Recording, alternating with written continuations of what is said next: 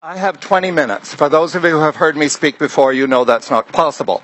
I am extremely fond of the sound of my own voice, and you are going to find that out. My major interest always was history. I wanted to be an archaeologist, and when I came down from the Okanagan, I was brought up in Summerland, I went to UBC. They didn't offer Egyptology, so I took classics. After getting a bachelor's degree, I realized that if I continued with that, I would be in school forever, and I didn't want that to happen. So I amalgamated my interest in history with my interest in what was accessible, which was vintage clothing. And I got ahead of the hippie rush just by a couple of years, so I got remarkable things in thrift stores truly for pennies. Out of that, I did develop a very comprehensive collection, so I'm very pleased with that, and it has turned into a career now. I was with the Vancouver Museum for 20 years, and I left 24 or 5 years ago now to devote myself just to the history of clothing. Clothing is the most intimate of all artifacts that survive. You wear the clothing you do because you think it suits the needs of your day, but also because it portrays the kind of character you are. It is a costume. I'm wearing a suit, so you think I know what I'm talking about. I have credibility. The tie helps as well. We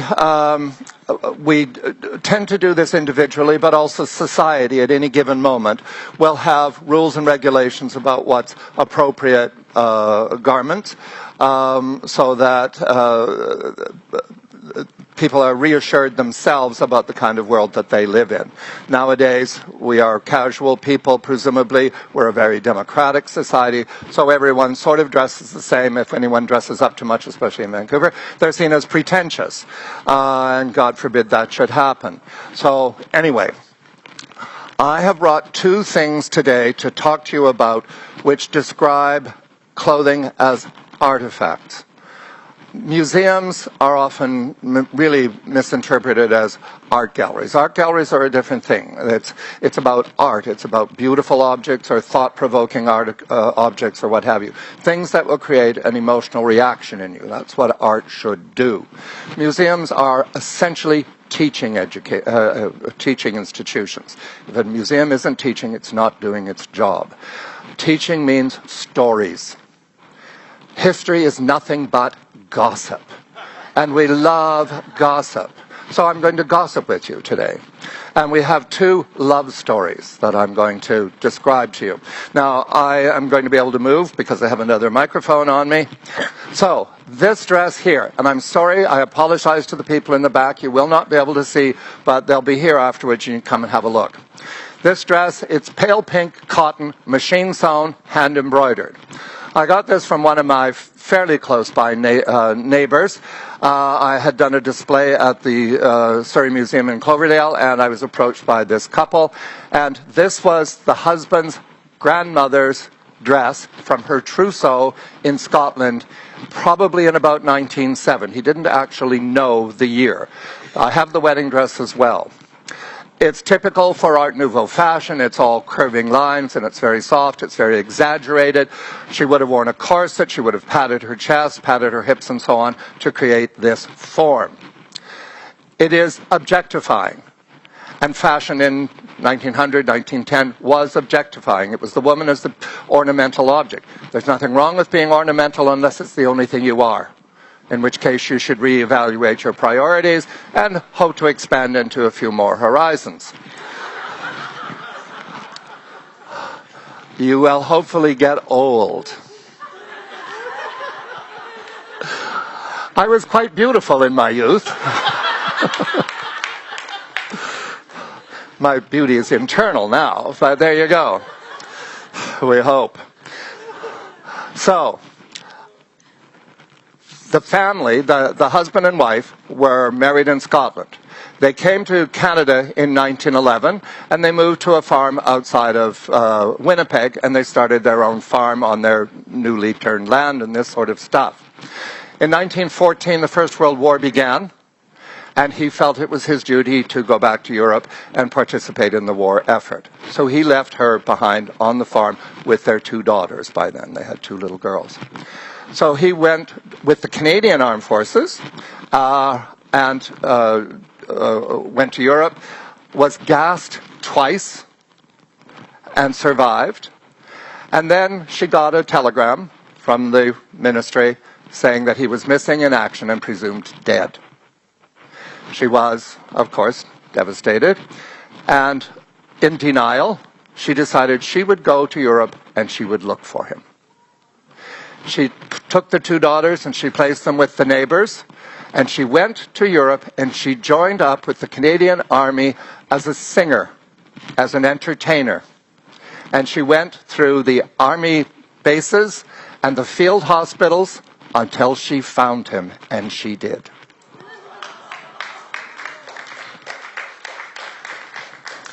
She managed to get him to England and then back to the farm.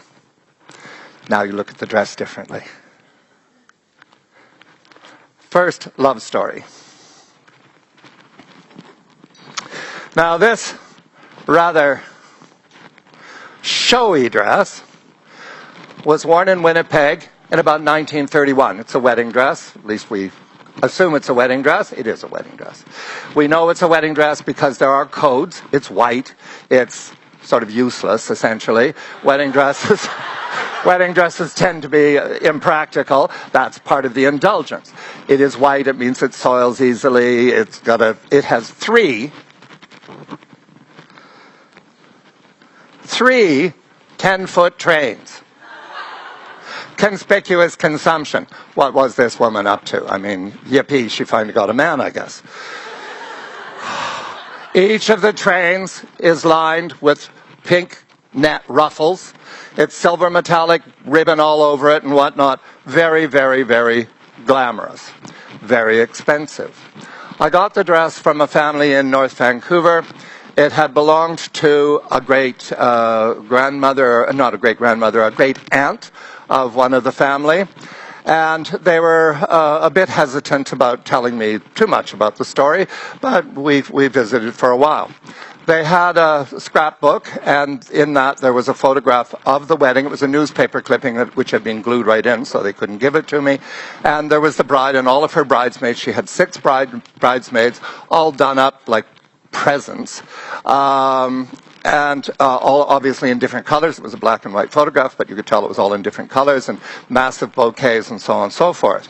So it was a big, lavish, expensive wedding. This was a joyful moment for her, obviously. They were married.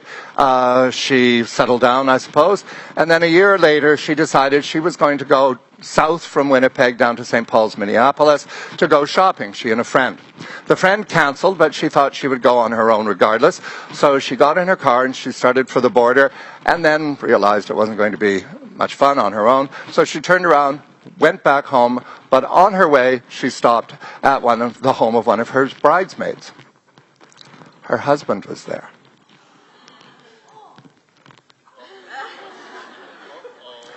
So she went home and she committed suicide. Now it's an artifact. It's not a dress. You look at that dress now differently.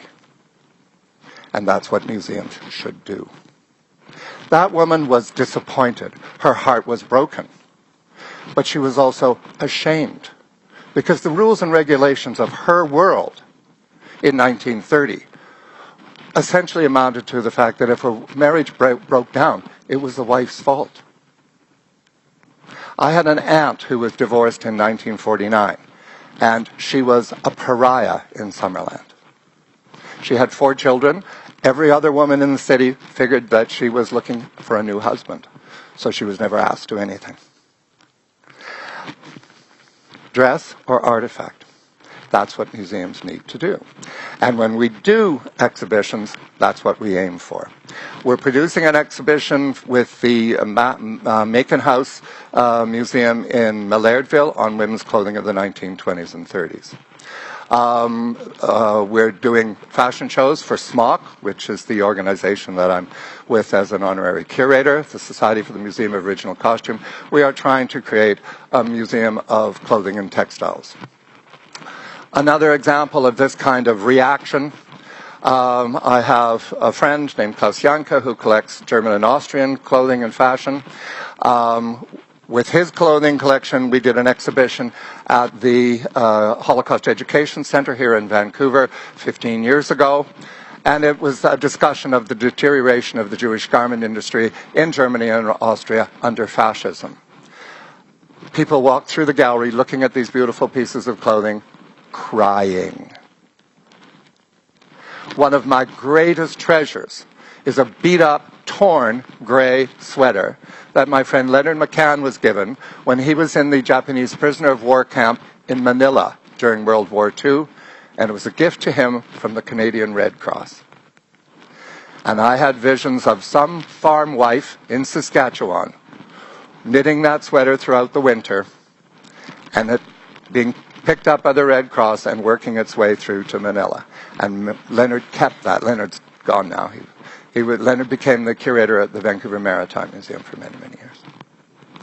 So, a happy story, a sad story, but both thought-provoking.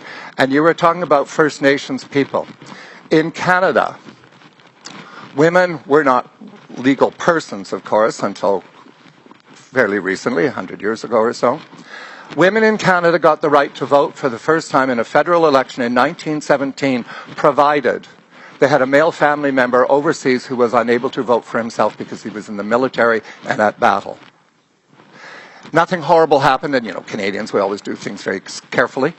Nothing horrible happened. There were no conspicuous revolts or nobody died in Canada anyway. So the next year they changed the rules so any woman in Canada could vote in her own name, provided she was 35, owned property in her own name, and was Caucasian. Elitist, racist, and sexist. First Nations people, and people of color, as the term was used, could not vote in federal elections until the election in 1961. The first people who were here were the last people to be invited. So that's what history is for me. It is a constant lesson. And the truth is, if you do not remember the past, you are doomed to repeat it. And obviously, the people here are very, very conscious people. And it's people like you who can make a difference and truly make the Canadian dream, which we're lucky to have, come true.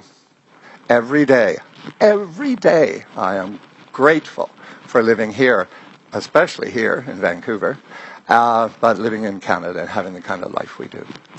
I'm sure that's 20 minutes and probably more. My father was a preacher, by the way, in case you can't tell. So, Salvation Army at that, too. So, anyway. Okay, thank you very much. I'm so flattered to be asked to be here. Thank you, thank you. Okay. Let's ask this amazing font of experience and wisdom and wit some questions. Who wants to start us off? Now I have to live up to that. Yep. One thing I forgot, if I may. The woman who went to France and found her husband, her name was Mrs. Tough. Wow. And it's spelled Tough. Not great. I'm sorry. Happy Friday, Ivan. I first heard you speak at the Museum of Vancouver. You took us through a walkthrough during the Ravishing to Riches exhibit, and I was completely wowed. Rationing to Ravishing, it was called. It was Rationing women's to clothing Ravishing, in the 1940s yes. and 50s, yeah. And so my question to you is, I'm just pondering, clothing has changed tremendously, and now we live in a time where, things are mass-produced and we dress for comfort. Do you feel, as a historian, will our clothes tell a story in 100 years from now? What are your thoughts on that? I'm actually not a really good person to ask about that, but of course I have opinions. Many opinions, not much information.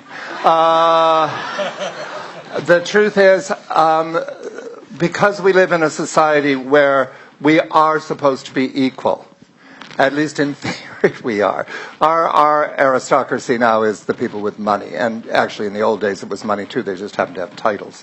But the truth is, we are supposed to be equal, so we dress in a way which is actually pretty unpretentious. For one thing, in history, it will always be the case, there are two options in fashion. Either the clothing will dictate the silhouette or the body will dictate the silhouette. Now it's the body.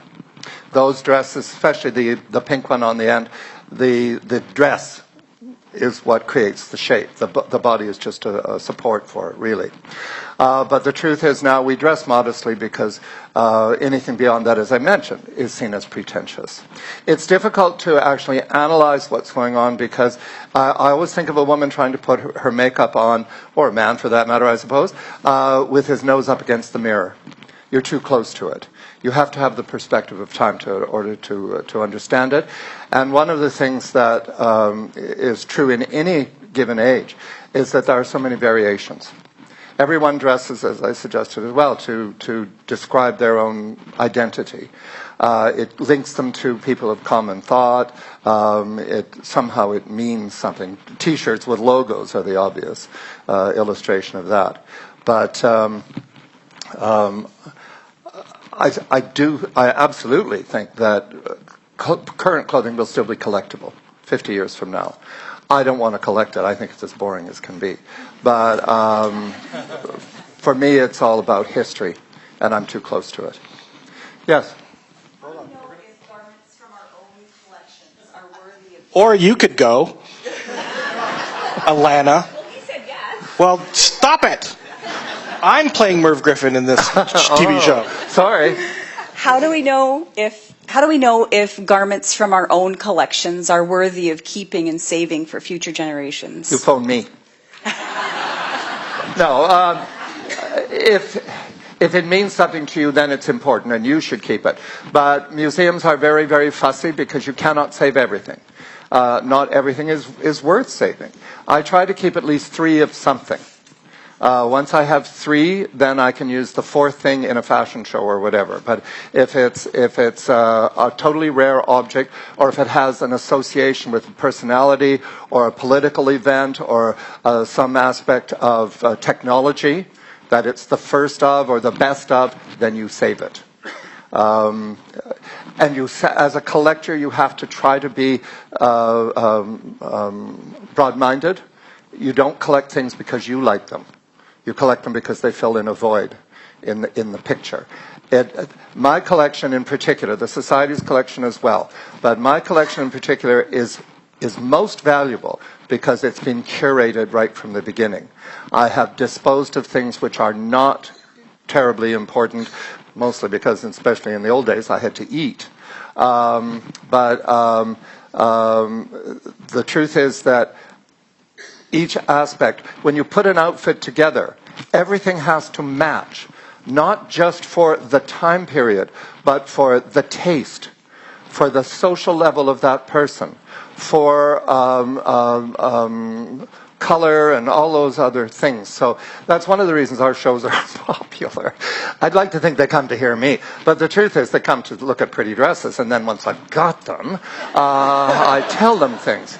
But the outfits have to look real. They have to be credible, even when they're funny. Sometimes you'll see people in the street that are dressing for effect. That has its value. But is that necessarily something that's collectible? But you want that as well, because everybody is individual. Every garment. People ask me, what's my favorite piece of clothing or my favorite hat or whatever. And I say, all dresses are equal before God.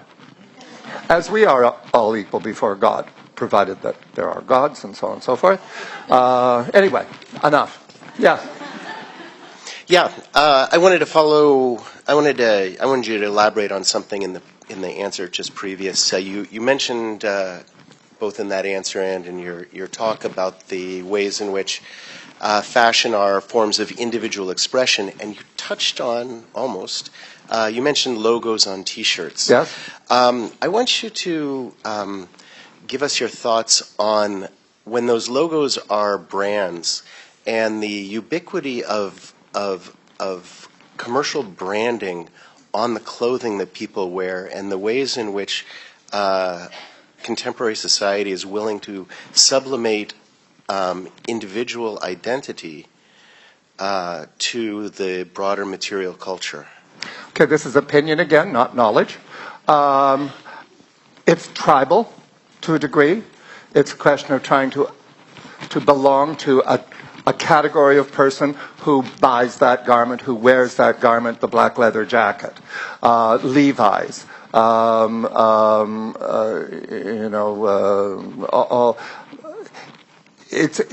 many of the T-shirts are meant to be humorous, but some of them do make political statements.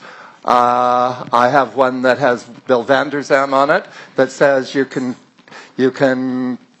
take a politician to government, but you can't make him think. That sort of thing. And I kept it, obviously, because Mr. van der Zam had his followers, but also his detractors, and its local history, and so on and so forth. There is the term sheeple, sheeple, and maybe that's it. But some people need organization. They need membership. It makes them feel stronger, perhaps, but it also makes them feel less lonely, less isolated. I don't do that myself. I would buy a pair of jeans at the thrift store and take the brand name off the back because I didn't want to be a free advertisement for some company. But that in itself has pretense. I live off the drive. People on the drive want to think that Kerrisdale is pretentious. There is no pretense like the drive.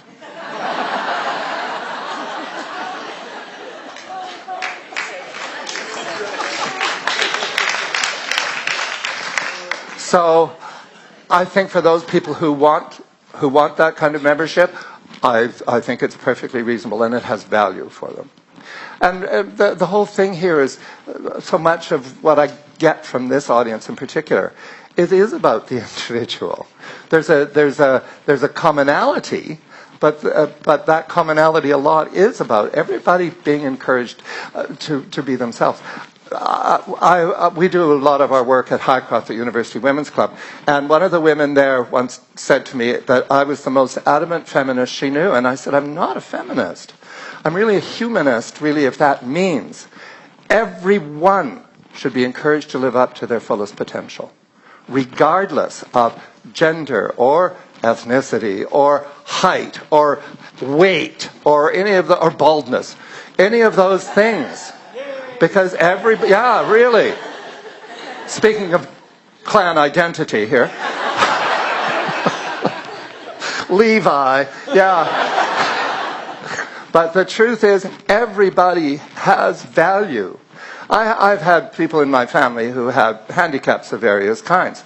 They're still productive people. They learned how to do something that worked well. I had a cousin who's dead now, but he had Down syndrome, and he worked in a handicap workshop in Chilliwack. And when he died, someone mentioned to me that at the workshop, he was known as the conciliator, because whenever anybody else had a fight, he was the one who tried to make peace. But truly, that was one of his values. I'm sorry. I was just curious what you think the future of textiles is going to be and where the development of those is headed. Sorry, I don't mean to roll my eyes like that, but the truth is I know about the past, I don't know about the present, or the future. Well, if you are a fan of science fiction, apparently in the future we are all going to wear the same thing.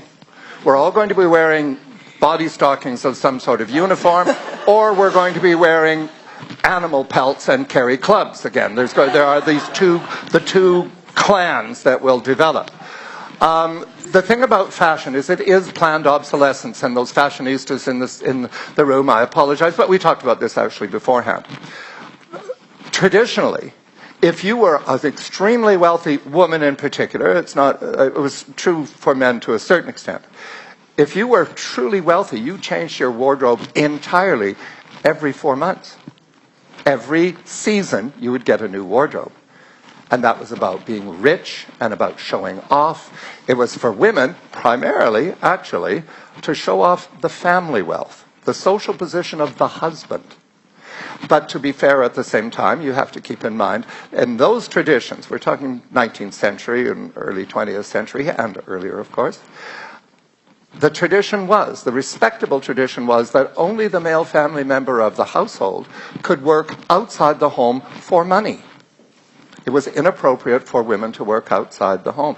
I remember my father saying, no wife of mine is going to work. Well, the rent then came due. My mother went to work. So, anyway, the future of clothing, a suspicion. Tattoos are everywhere now. Absolutely hugely popular. I speculate, because fashion is always about actions and reactions.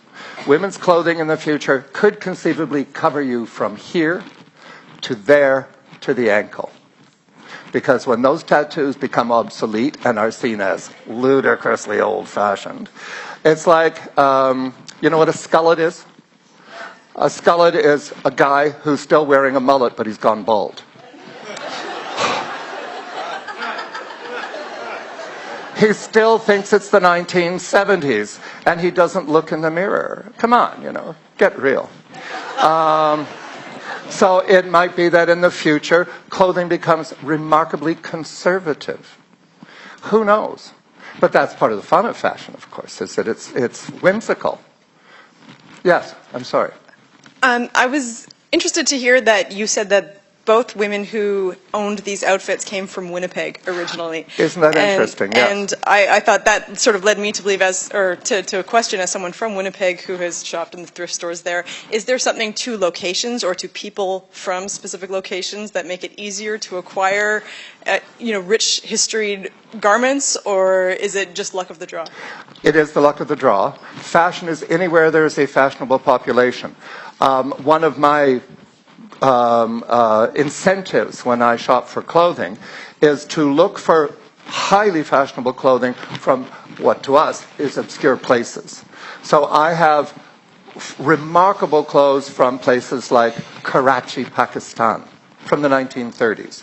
I have a dress from 1912 from Cairo, but it's not a folk costume. It is high fashion.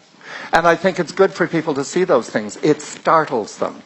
When Klaus and I did an exhibition for the Museum of Vancouver called Belle Epoque, Women's Clothing of the Belle Epoque, which was 1890 to the beginning of the First World War, and this was probably 10 or 15 years ago now, we had fabulous Edwardian dresses, like that pink one there, from 16 different countries. And we did that on purpose because our community has people from all over the world. And when we're standing there sort of hidden in a corner in the gallery, and someone from some place like Nicaragua comes in and says, that's where I'm from. They love us. Absolutely. And that also means they will read every label in the gallery, and they will learn something. One of the women who models for me sometimes took her husband to that exhibition that we heard of earlier, From Rationing to Ravishing, clothing of the 40s and 50s. And she was ready to go after they'd toured the exhibition. He wouldn't leave because he hadn't read all the labels. We got a comment in our comment book. We always put a comment book out so we know what we're doing right and what we're doing wrong. And some guy wrote in and he said, as an upper middle class, I forget what the other adjectives were, but an upper middle class, well-educated man, I would wear any one of these dresses. It was a joke, but he wrote it because he wanted us to pay attention to what he said, which meant, I love this exhibition. And that's important because he's the one that isn't going to just walk in and like it. So you want to get everybody in because you've got a message. You've got a message. Every exhibition should have essentially some sort of meaning to it. We had one case in that exhibition that we glazed in because it had to do with racism during the Second World War, and we knew that if anyone got emotionally upset, that would be the display that people would want to vandalize. We had a dress that had been worn by a woman who was half Japanese and half Scottish in the Japanese concentration camp in Shanghai. We had another dress that was from Germany that had a label in it that is marked Adefa. And Adefa, A-D-E-F-A, is an anagram for a phrase in German that says, guaranteed to be made by Aryan workers, which meant no Jew had ever touched your dress. That's nasty. But we knew that was one of the things that had to be protected, ironically. But the truth is that that's what you can do with old clothes. You see, you can tell stories, you can talk about history. And I'm talking about political history and some of these more social kinds of things. But there's also political history. There is technological history. Who made the fabric? Where was it woven? Who invented the machinery? Who spun the thread? The importance of the sewing machine when it came into being, because what it did, essentially, is it provided women all over the world with a source of income. It was hugely important. I was trying to think of things and clever things to tell you today, this is not my element. I have to have the clothes or I have nothing to say. Well... But, all these little anecdotes. My parents, as I mentioned, in passing, were officers in the Salvation Army. When the Salvation Army was working in India, they were trying to recruit people, of course. That's the issue with so many of the Christian religions. They're always recruiting. The Salvation Army is a little bit more down to earth and making sure that people are fed and clothed and things like that. The Salvation Army, the concept was to go for the people nobody else would be bothered with. So in India, they were hoping to convert the women who were prostitutes. And this was the bottom rung of society in Indian culture. And they published books on lace making. I bought one from a guy on the island, actually. That's why it sort of came to mind last night. They actually published books on making lace so they could provide those women with a skill that would keep them off the streets. It's a bit goofy nowadays, but at the time that was a very practical thing to do because lace was a hugely valuable commodity. Have I got time? Okay, nice little lace story for you then. I tell people stories that they can use at cocktail parties when they're trying to get rid of someone. It works beautifully for me, apparently. I'm usually the guy in the corner. When can I go home? When can I go home? During the Napoleonic Wars, the borders in Europe changed radically all the time. There'd be another battle and the border would shift and so on and so forth. And this caused a great deal of trouble for the lace industry in Northern Europe.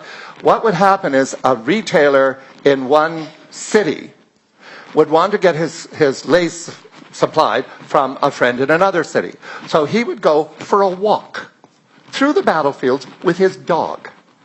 He'd go and visit the guy at the next village, leave his dog, and go home. The guy in the next village would take the lace that his people had made, wind it around the body of the dog, and put a piece of fur over it, and let the dog go home. And that's how they smuggled the lace across the borders. Do not try that. I'm sorry, there was one question? Nope. We're gonna save that. Send it on, put it online. Just how do you keep up with I've lost control of my room. how do you keep up with exhibitions and whatnot, the events that you're putting on? I drink. I'm worrying about it, actually. But no, I'm 71. You mean like as he's getting older?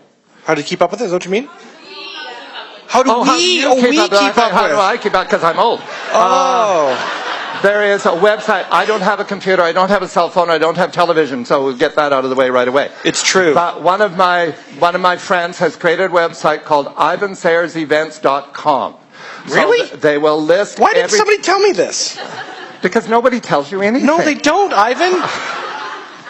You work with the wrong people. Yeah. But the truth is, they're only listed for the next 3 months, and if they're sold out, we don't put them up. But we're doing another one of the African charities on November the 5th, I know that. for a surgeon working in Uganda, I think she is this time. But we do a lot of fundraising for various, mostly medical charities. We do pads at least once a year. So we'll check out the website. Doing charitable things, being a volunteer is the most selfish thing you can possibly do. Yep. So try it out. You will love it. You feel taller and cleaner every time you do it. Well, A little bit. It justifies your I feel vices. fat and short and sweaty right now. You know what I love about today's material, Ivan? It's that, like, when you think about the theme, creativity and pioneer, it comes to mind that throughout history, every human being has been a pioneer in their own life, and the way that they've expressed their identity and created the stories of their lives. Those are all moments of breakthrough. Those are all moments of creative expression. And you, my friend, are our local pioneer of fashion history. Thank you very much. Thank you.